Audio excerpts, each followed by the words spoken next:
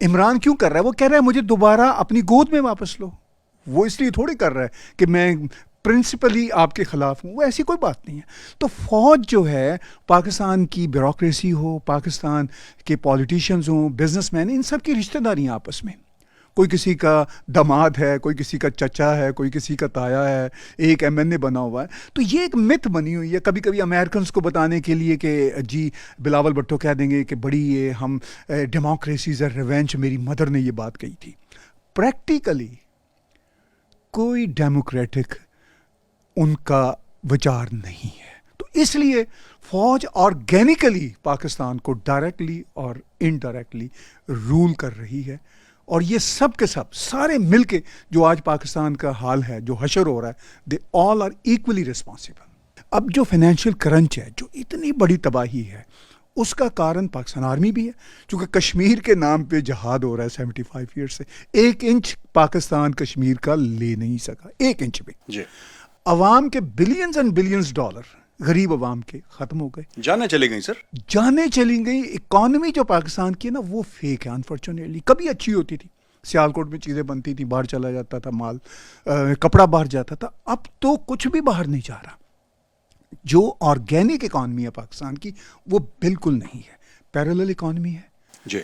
اور اس کے ساتھ ساتھ پاکستان کی اکانومی تھی امریکہ سے آنے والے چندوں پہ چلنے کی وجہ سے، یا کچھ سعودی عرب سے یا گلف اسٹیٹ سے آ جاتی تھی اس طرح کی امدادیں. تھوڑا بہت چائنا نے ان کو دیا، مگر چائنا کا شکنجہ اتنا بن گیا کہ ابھی یہ جو ہم سن رہے ہیں، چائنا 20-22 بلین ڈالر پاکستان میں لگا چکا ہے.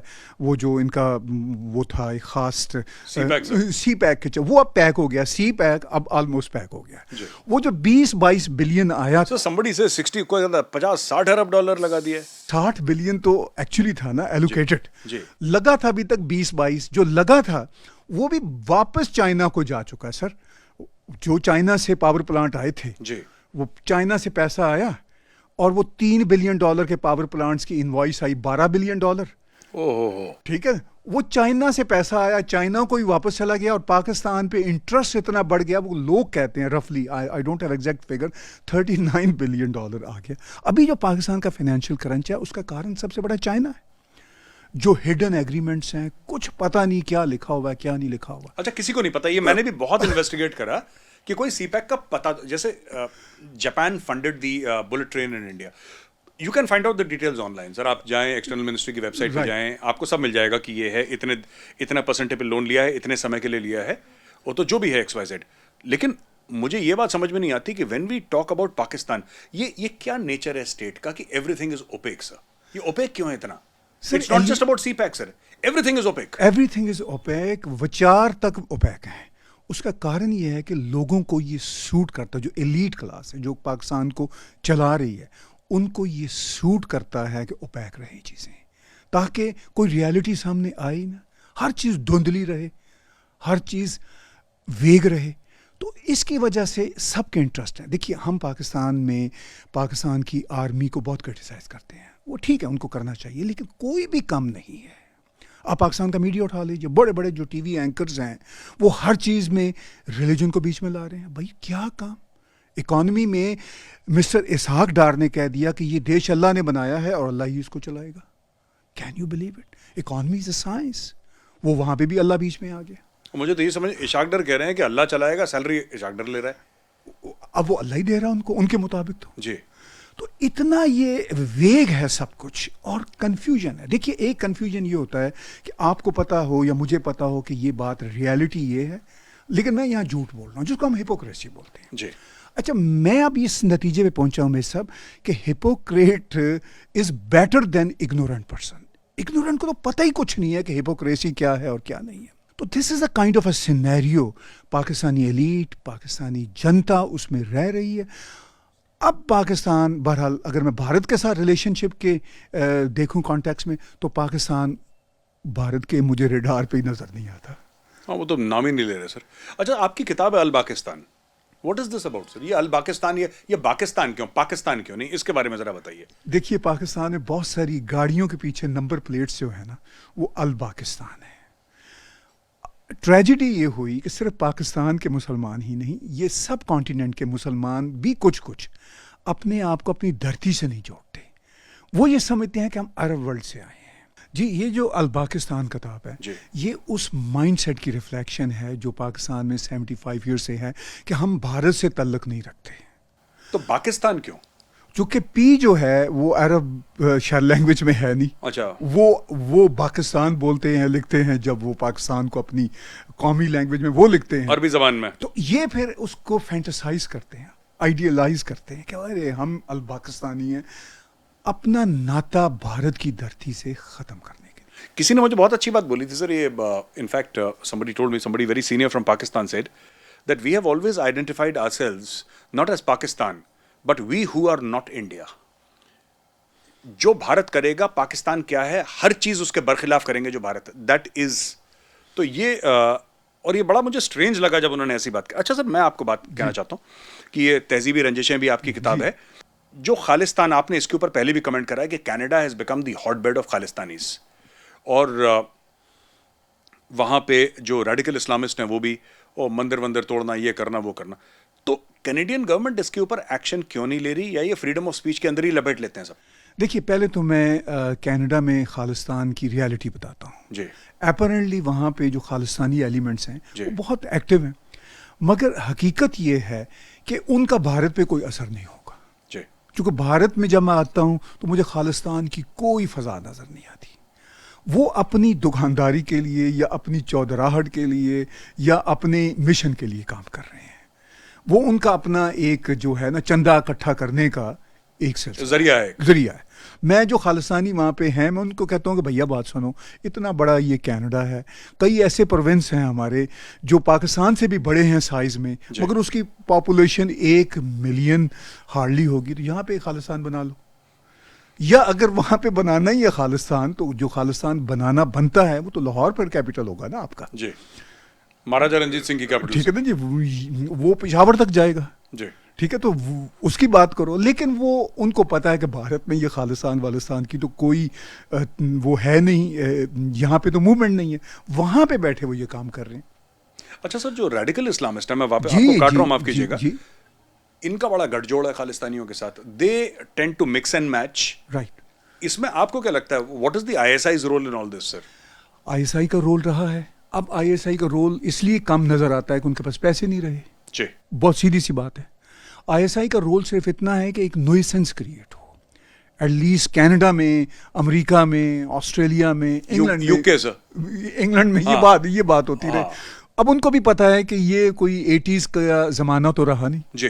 کہ جب بھارت میں کوئی تھوڑی بہت تڑپ پیدا کر دی تھی, اب تو تھنگز آر گون اوے. اس ساری سچویشن میں آپ نے یہ بھی پوچھا کہ کینیڈین گورنمنٹ کا کیا رول ہے. جی. اب کینیڈین گورنمنٹ کا معاملہ یہ ہے کہ ہمارے پرائم منسٹر جسٹن ٹروڈو اگر وہ کسی ریلی میں جائیں تو جو کینیڈین ہیں وائٹ کینیڈین سے, وہ میرا نہیں خیال کہ 200 سے زیادہ اکٹھے ہوں گے. جی.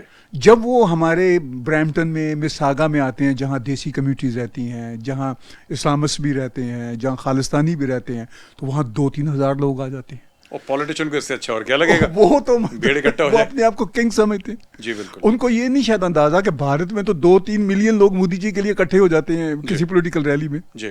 لیکن وہاں تو 2-3 ہزار لوگوں کا آ جانا بہت بڑی بات ہے. بہت بڑی بات. اچھا, ان کو یہ لگتا ہے. اچھا, وہاں پہ الیکشن لڑنا کسی پولیٹیکل پارٹی سے وہ بہت ہی آسان کام ہے, اور جیتنا بھی بہت آسان ہے. 10-12 ہزار آپ نے ووٹ لیے, آپ جیت گئے. اس چکر میں کیا ہو رہا ہے کہ ہمارے جو سکھ بہن بھائی ہیں ان کے جو بچے ہیں وہ وہیں کے کینیڈین بورن ہیں, وہ جیت جاتے ہیں الیکشن. ان میں سے بہت سارے تو بہت اچھے ہیں, لیکن چند ایک ایسے ہیں جن کے وچار بس وہ خالستانی ہو گیا. ان کو کول فیل ہوتا ہے کہ ہم 84 کی بات کریں.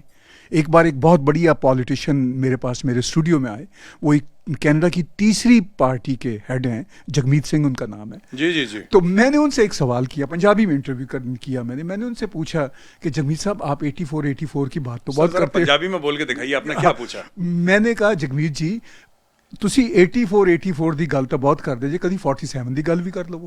جی. کہ 47 دے وچ 1.5 تو 2 ملین سکھ ہندو مارے گئے, تو اس کی تو بات آپ کرتے نہیں, یہ 84 کی کرتے ہیں. So they don't talk about چونکہ ان کا یہ ہے کہ میں نے جیسا کہا کہ ایک رائڈنگ سے 10,000 ووٹ 20,000 ووٹ سے بندہ جیت رہا ہے, تو وہ ٹارگٹ کرتے ہیں کہ اگر یہاں پہ ہمیں 2-3 ہزار ووٹ خالصانی مل جائیں. اب 2-3 ہزار ووٹ سے فیصلہ ہونا ہوتا ہے. سو آپ یہ کہہ رہے ہیں کہ کینیڈا میں what you saying what I hear you saying is that in Canada this entire Khalistani construct, I am sure کہ اور جگہ بھی ایسا ہی کچھ ہوگا ملتا جلتا, لیکن خاص طور سے کینیڈا میں دس از اے ووٹ بینک جو کہ سرکار ٹالریٹ کر رہی ہے کیونکہ بھیڑ اکٹھا ہو جاتی ہے, ووٹ مل جاتے ہیں.